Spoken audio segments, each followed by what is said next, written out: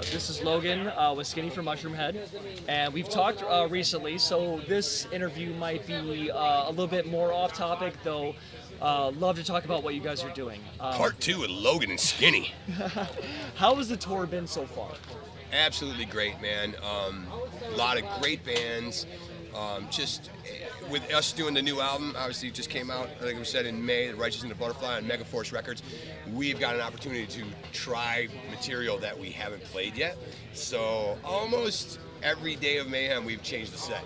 Nice. We've been dabbling with what songs are going over better, and the last couple of days we kept it the same, and I think it rocked today. You guys, I unfortunately, a little off topic, I got here a little late, and maybe perhaps had to enjoy what Michigan allows with the whole medical marijuana. Yes. But I walked in exactly when you guys were starting, and went down and take pictures, and there was just this madhouse of everyone that was there trying to get pictures of you guys, and absolutely killed it. Yeah, Amazing. Thank you. Yeah, it was definitely a beehive. But you guys, you always do a good job. Thank you. You Thank always you. do a good job. Best moment of the tour so far? The moment of the tour so far, I don't know, Tommy Church falling into Rick Stitch's laptop last night at about 4 a.m. was pretty good. Rick slapped him and they totally got, well, Tommy was hammered. He didn't remember any of it. Oh, Rick man. slapped him and kicked him in the back and go to bed type of thing. You're never going to get that on video, though. No, we did miss it. We did miss it. But that's probably like one of the funnier moments so far. It's fresh in my head because it was literally 12 hours ago. Last time I talked to you, one of the things that you said is Mushroom has a band that likes to drink. Oh, yeah. So you got to imagine 4 a.m. moments might happen a lot. Yeah, we were working on some new material as well. We got a little Pro Tools rig in the back of the bus, so we were up working on files. Ended up going through a whole bottle of Jaeger and four cans of Red Bull.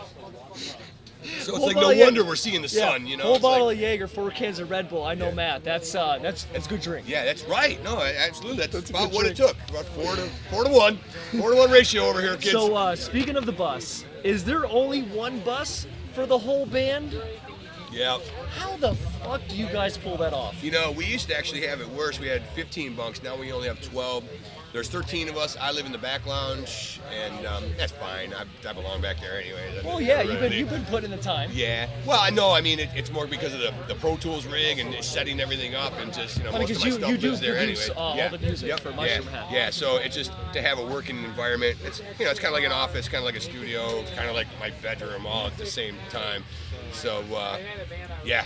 How easy do you find it being able to work on new music while being on the road, especially in a festival environment? You know, with what we're doing right now, there's a 5-song EP that we're working on because they're leftovers from the album that didn't get finished, so they're about 80% done. That part is really fun. When you're on a deadline with an album and a label and that kind of stuff. Yeah. That's when it sucks. No, that's kinda sucks. Then you're on stage and then you got to come off and work some more, and you're just overthinking everything. Like this kind of thing, we're out here crushing it on the festival side, and doing our one-offs and literally just throwing the kitchen sink at it, having fun with it, and that's what Mushroomhead's all about. So now here's where we get a little bit to the silly. Sure. How many sets of breast have you seen so far on this tour? And side note, can you see the sets of breast behind your set? I've seen quite a few sets actually. The highlight so far on my oldest son, James Jimbo, he ran merch for the first 2 weeks with our merch guy. I watched him sign probably more than I've signed all year. That right there was worth it to me. That's nice. That's good. That's good. Okay. If you could see any 2 bands or artists, live or dead, here or not, fight to the death, like celebrity deathmatch style, who would it be? Huh. That's a really good one. It'd be really funny is it's not like it's just funny because they're total drug addicts. It would be Morrison and Cobain. Imagine those guys. They wouldn't even know what to do. It'd be the most apathetic fight. Dude. It's like, hey man, I hate you so much. Did you just slap me? I think so, dude. I would have felt that, but then Courtney Love just injected a hot load into my nutsack. Yeah, they wouldn't even get off the table. It would just be like a verbal. Next on PBS, Ken Burns documents the 10-hour fight. It would be 10 hours, absolutely. Lots of flannel. Okay, who's your tiger? The Tiger? Who's your Tiger? Fucking Woods. No. No. Who's your favorite Tiger? Detroit Tiger. Who's your Tiger? Tony the Tiger. Come on. How many home runs is that guy hitting? All of them, man. He got his own cereal box and shit. Remember Bruce Jenner? He was on it for a while. Bruce Jenner was. Yeah, but he wasn't on the Tigers. Do you think Bruce Jenner might be able to make it on a Wheaties box after he goes to Brucine Jenner? Not that with that facelift thing he's got going. What is that? So Who is rough. that guy? It's so rough. You know, I used to really look up to that. Him and Evel Knievel. You know. Favorite drummer of all time? Favorite drummer of all time? Animal from the Muppets. Fuck yeah. I just gotta high five you on that, man. That's the best answer ever. If you weren't a rock star, what's your job of choice? You know, on a serious note, I wanted to be a pilot, and that wasn't going to happen because I smoked too much pot. Probably. You might be too tall as well. Yeah, I don't fit in those things. They're made for they're made for those little tiny, Japanese little tiny guys, people. you know. Probably a botanist, or you know, I'd run some sort of dispensary out in Denver. Just left there, so you know, something I truly love. That's legit. That's legit. I've always wanted to get a job as a bud tender because, like, do what you love, do what you know. Right. I just don't want it. You know, the difference between a bartender and Santa Claus. Santa Claus only has to look at 9 assholes. You know? Okay, so you got that one. Yeah.